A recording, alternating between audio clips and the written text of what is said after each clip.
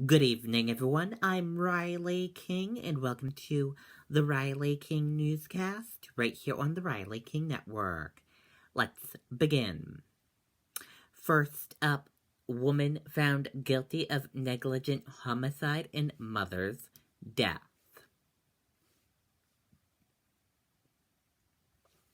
A woman was found guilty of all charges Thursday in connection with the death of her 74-year-old mother. Catherine Santos Brown, 54, was found guilty of negligent homicide, criminal neglect of an elder, and failure to report elder abuse. Prosecutors said Santos Brown and her daughter, Martrell Santos, 34, left Nancy Parker, 74, on the floor of her home in her own waste. Brown was taken to a hospital where she died of narcotizing fasciitis. Santos was found guilty of negligent homicide and was sentenced Monday to 2 to 4 years in prison. Santos Brown has not yet been sentenced. This is breaking news story. It will be updated as more information comes in.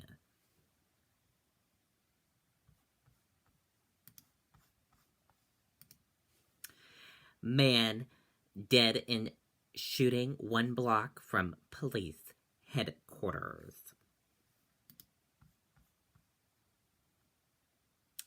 Police said a person is dead after a shooting just 1 block away from Boston Police headquarters. The incident was reported Thursday afternoon on Witter Street near the corner of Tremont and Ruggles Streets. According to Boston Police, they discovered a man suffering from gunshot wounds when they arrived at the scene. The victim was transported to an area hospital where he was pronounced dead. The Madison Park Technical Vocational High School and O'Brien School were both placed into safe mode while police searched the area for suspects. In a second shooting incident, officers responded to Washington Street Burger King parking lot where 2 victims with gunshot wounds were located. Police said one of the shooting victims was in critical condition. Both victims were in their 20s, police said. Jeremiah Berkey High School in Dearborn Henry STEM Academy were both placed into safe mode while police searched the area for suspects. Police said both shootings do not appear to be random or connected. At a news conference Thursday afternoon, police rendered their plea to get more guns off of Boston streets.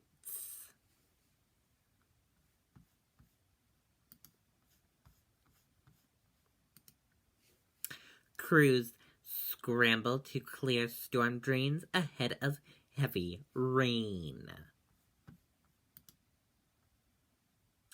Let's take a listen to the video from WMTW News 8 in Maine.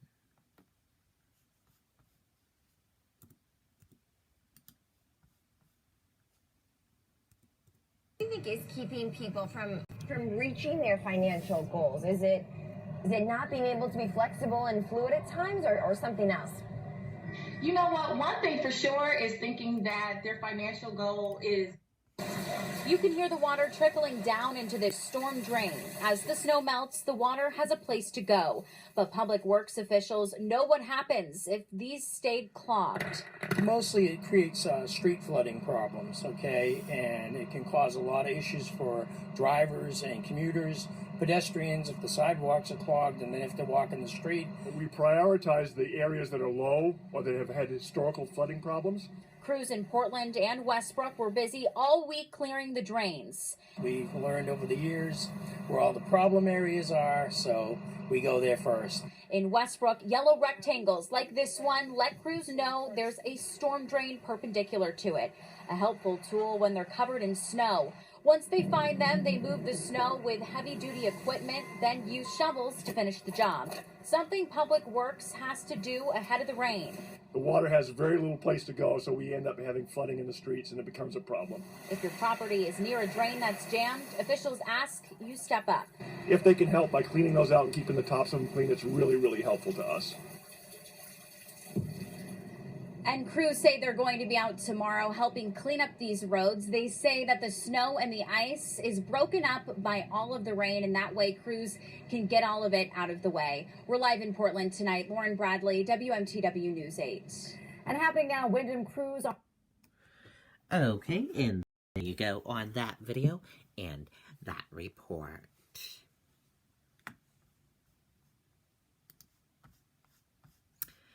Now let's take a look at your U.S. market and see how your U.S. markets closed for this Thursday evening. And here's a look at that market right now. Your Dow Jones Industrial Average closed in the green and went up. Your Nasdaq closed in the green and went up. S&P 500 closed in the green and went up. CNBC IQ 100 closed in the green and went up. Gold closed in the green and went up. Oil closed in the red and went down. US 10-year closed in the red and went down. Euro/USD closed in the green and went up. And VIX closed in the green and went up.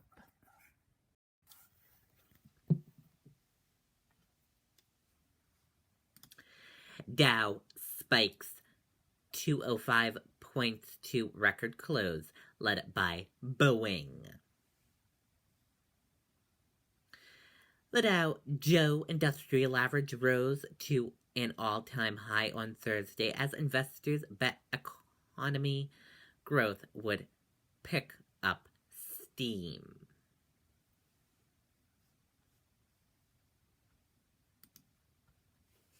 Trump clarifies position on FISA after expressing concern. Let's take a listen to the video from ABC News.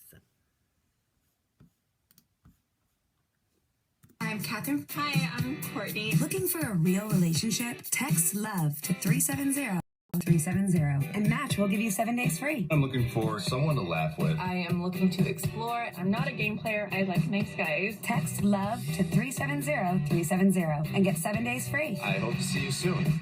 Come find me. I can't wait to meet you. Why wait to meet someone great? Text LOVE to 370-370 and get yours 7 days free on Match now. Well, look, we speak on an almost daily basis. It's well known that he has concerns about the domestic FISA law. That's not what we're doing today. Today was 702, which is a different part of that law. Section 7, Title 7, not Title 1. And Title 7, which we're doing today, is foreign terrorists and foreign soil. He knows that, and he, I think, put out something that clarified that. And his administration's position has been really clear from day one, which is 702 is really important. But did he not understand what bill you were voting on today? He just has concerns about other parts of FISA. Okay, and there you go on that video. And that does it for the Riley King Newscast right here on the Riley King Network. I hope you all have a great rest of your Thursday evening, and I'll see you back here tomorrow with another newscast. Good night, everyone. Bye.